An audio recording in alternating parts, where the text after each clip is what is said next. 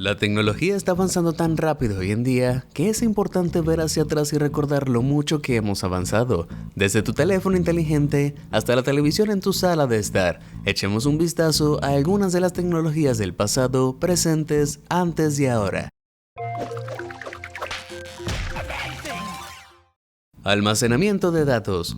No siempre podemos confiar en el ámbito digital para almacenar todo, desde fotos hasta mensajes. El almacenamiento de datos se originó en la industria textil durante el siglo XVIII, cuando se usaron tarjetas perforadas para registrar una serie de instrucciones para equipos mecánicos como telares Jacquard. Estas tarjetas de papel se utilizaron más tarde para ingresar datos, perforando agujeros a mano y colocándolos en un lector de tarjetas, que convertía secuencias específicas en información digital. Los agujeros perforados en cada columna representarían números, caracteres en un código binario estándar, y los programas completos podrían representarse siempre que la pila de tarjetas perforadas permanezca en orden. En la década de 1960, los métodos de tarjetas perforadas eran mucho menos comunes, y en 1956, IBM también lanzó la primera unidad de disco duro del mundo, la IBM Model 350, que pesaba más que una tonelada. Contenía 50 discos de almacenamiento de 24 pulgadas para un total de 3.75 megabytes y fue arrendado a empresas desde $3.200 por mes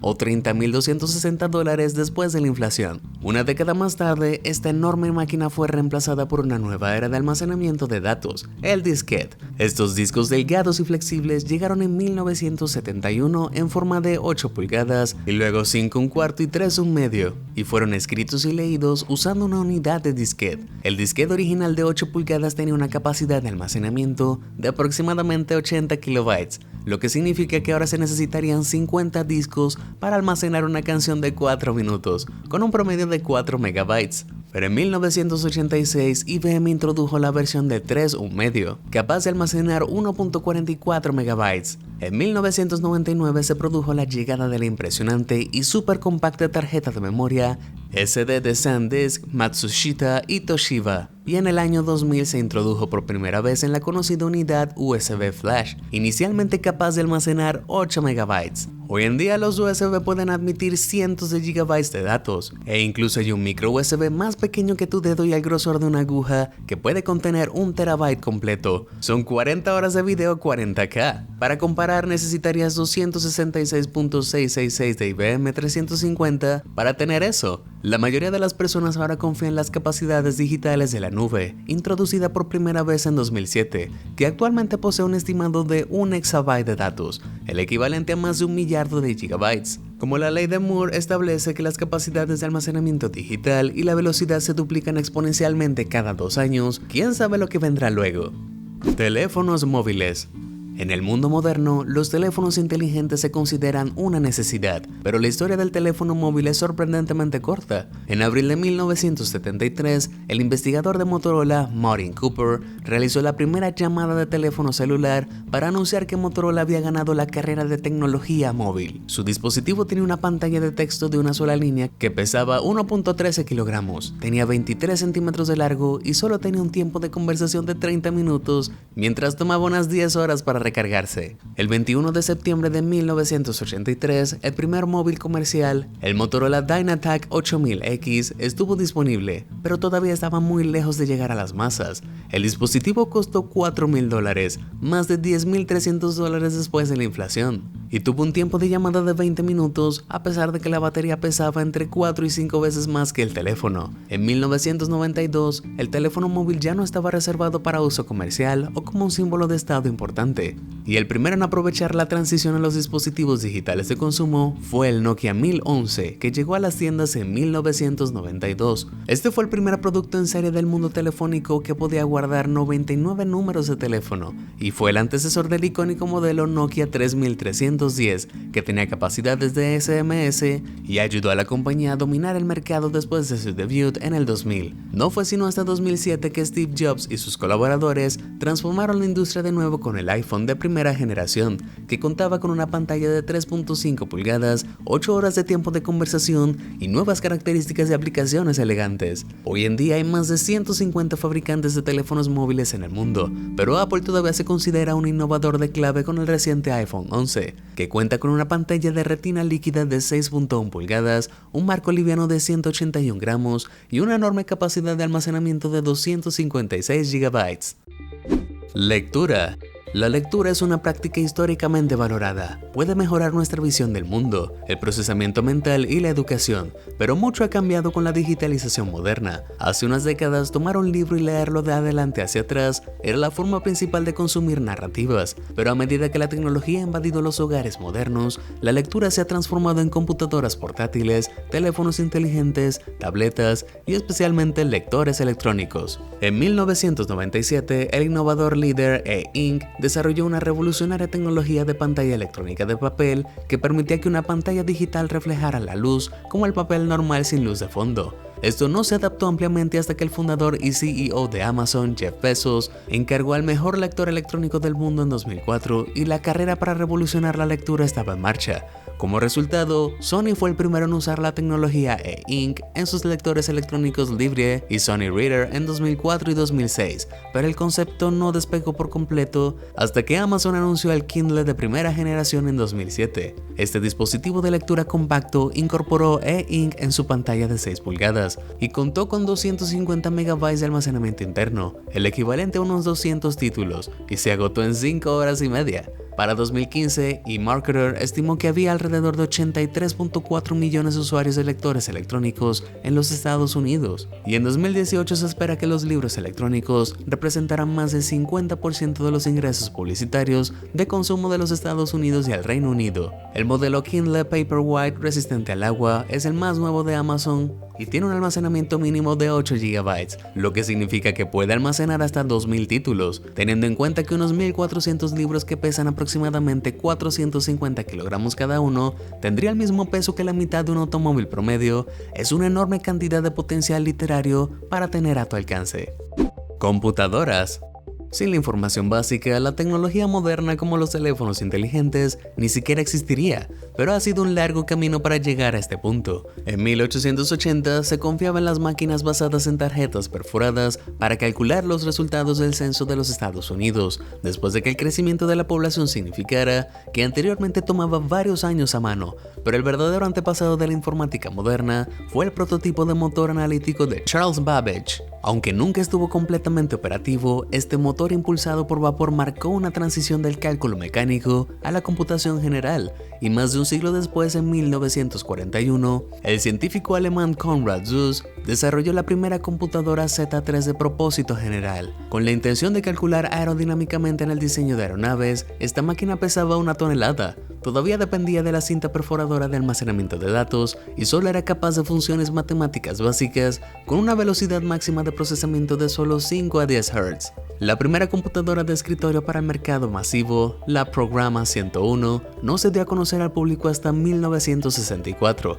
con un precio de $3.200 o $26.550 ajustado a la inflación. Este popular dispositivo de 29.4 kilogramos hizo que la computación fuera compacta y accesible, pero solo podía soportar funciones matemáticas básicas. Con una minúscula memoria de 240 bytes, eso significa que solo podría almacenar aproximadamente el 0.006% de una foto de iPhone. La emblemática computadora de Apple I, que se parecía a una placa de circuito y requería que los compradores compraran piezas como un teclado y un monitor, llegó en 1976 por $666.66 o $3.013.54 después de la inflación. El sistema soportaba 4 KB de almacenamiento y una unidad central de procesamiento de 6502 de 1 MHz, que es 4400 veces menos poder de almacenamiento que el Apple Mac Pro más reciente con 4.4 GHz. Este escritorio también cuenta con un enorme almacenamiento de 1.5 TB,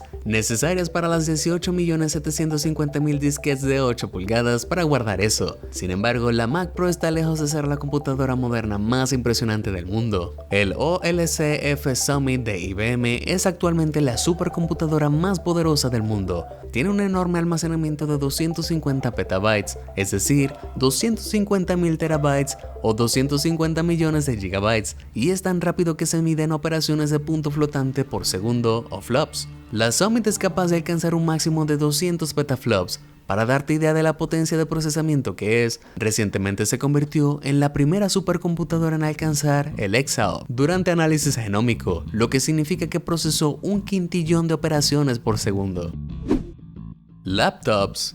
A medida que las computadoras de escritorio llegaron a las oficinas, los pioneros de la industria se centraron en compactar las capacidades informáticas en algo más conveniente. La primera computadora verdaderamente portátil, la Osborne 1, fue creada por el diseñador Adam Osborne en 1981 y tenía aproximadamente el tamaño de una máquina de coser portátil con un peso de unos 10 kilos. El revolucionario dispositivo transportable tenía una pantalla de 5 pulgadas, 2 unidades de disquete, una modesta CPU de 4 MHz y tenía un precio de $1,795, alrededor de $5,080 ajustados a la inflación. En 1986, IBM anunció la primera computadora portátil real, la PC Convertible de $2,000, $4,700 ahora, que tenía 256 KB de almacenamiento y una CPU ligeramente mejorada de 4.77 MHz, pero que también podría funcionar con batería. Luego Apple ingresó al mercado de computadoras portátiles con el primer Macintosh Portable en 1989,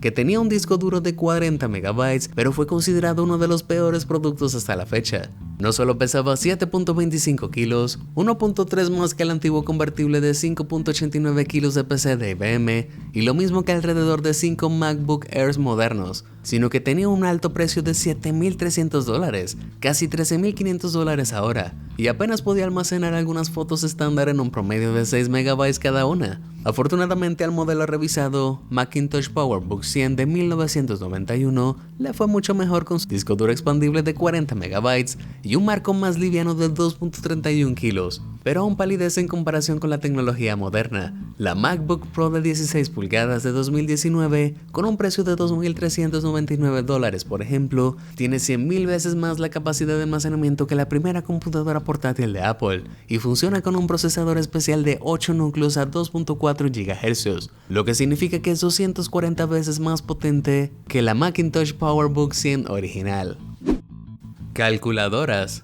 Si necesitas resolver algo hoy, probablemente no lo pensarías 2 veces antes de sacar tu teléfono inteligente, pero alguna vez se requirió una gran cantidad de procesamiento de la máquina para realizar los cálculos más básicos. En 1820, una máquina mecánica ahora aclamada como la primera encarnación de la calculadora moderna, el aritmómetro, fue patentada por Thomas de Colmar y luego fue fabricada entre 1851 y 1915. Para usar este dispositivo del tamaño de una computadora de escritorio, simplemente seleccionas la función matemática deseada en la palanca de inversión, colocas tus números usando cursores con escalas de 0 al 9 y luego usas la manivela que mostrará los resultados en las ventanas totalizador en la parte superior. Durante la Segunda Guerra Mundial se requería una potencia de cálculo más compleja para la precisión militar, por lo que se construyó una máquina mejor y más grande para asumir el trabajo. El integrador numérico electrónico y computadora, o ENIAC, fue la primera computadora calculadora general del mundo que fue construida en 1946 a un costo de $487,000,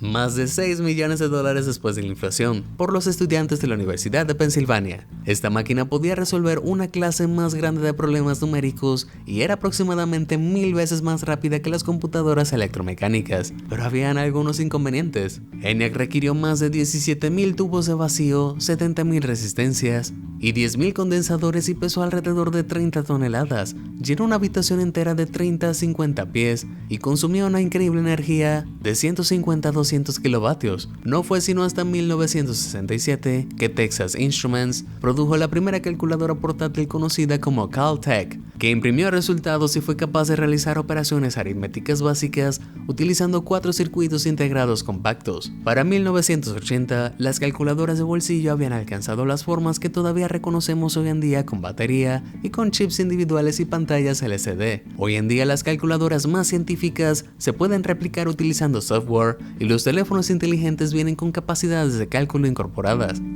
Televisores.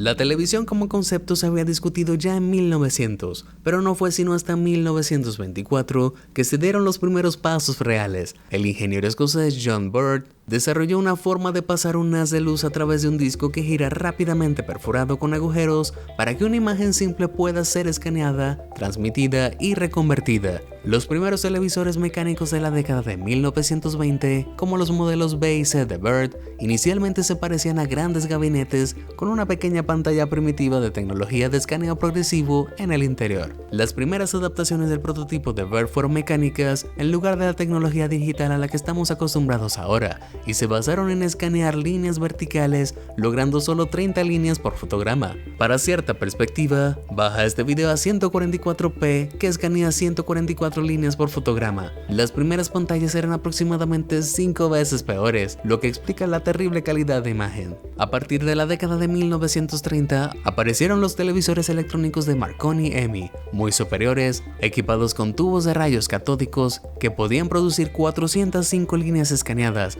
13.5 veces más que los televisores mecánicos de Bird, y ahora se podía medir con píxeles digitales. Televisores como este Admiral Model 19A12 de 1948, con un costo de $165.95, más de $1.800 después de la inflación, 503 por 77 píxeles en cada cuadro, y podían producir 25 cuadros por segundo. Después del advenimiento de la televisión en color en la década de 1960, el siguiente gran desarrollo fue el reemplazo de la tecnología de rayos catódicos con pantalla LCD, que hizo que los televisores fueran más delgados al usar cristales líquidos en lugar de proyectar imágenes, al dividir las señales de audiovisuales en luces rojas, verdes y azules. La densidad de píxeles, medida en megapíxeles por cuadro, que es 1.000.000 de píxeles, es la mejor manera de ver realmente cuán lejos ha llegado la calidad de la televisión. Con una pantalla de 503 por 377, el primer televisor electrónico tenía unos 189.631 píxeles por fotograma, que es más de 5 veces menos píxeles que un solo megapíxel. Para cierta perspectiva, el televisor HD 1080p estándar tiene una pantalla 1920 por 1080p, que contiene 2.073.600 píxeles por cuadro o 2.7 megapíxeles, es decir, casi 11 veces más densidad de píxeles que el modelo de la década de 1930. La UHD TV 4K OLED aún más moderna comienza a 3840 por 2160p o aproximadamente 8.5 megapíxeles por cuadro, que es casi 44 veces más que su antecesor, mientras que la super impresionante pantalla UHD TV de 8K de 7680 por 4320p tiene aproximadamente 33.2 megapíxeles por cuadro, es decir, casi 175 veces más densidad de píxeles que los juegos electrónicos originales. Quién sabe cómo podríamos ver nuestros programas favoritos en el futuro, pero este televisor LG enrollable, listo para su lanzamiento en 2020, es sin duda una buena indicación. ¿Cuál de estas evoluciones tecnológicas te sorprendió más? Comparte con nosotros tu respuesta. Si te sorprendió toda esta información, házmelo saber en los comentarios del video y nunca dejes de sorprenderte. Muchas gracias por ver y suscríbete a Sorprendente.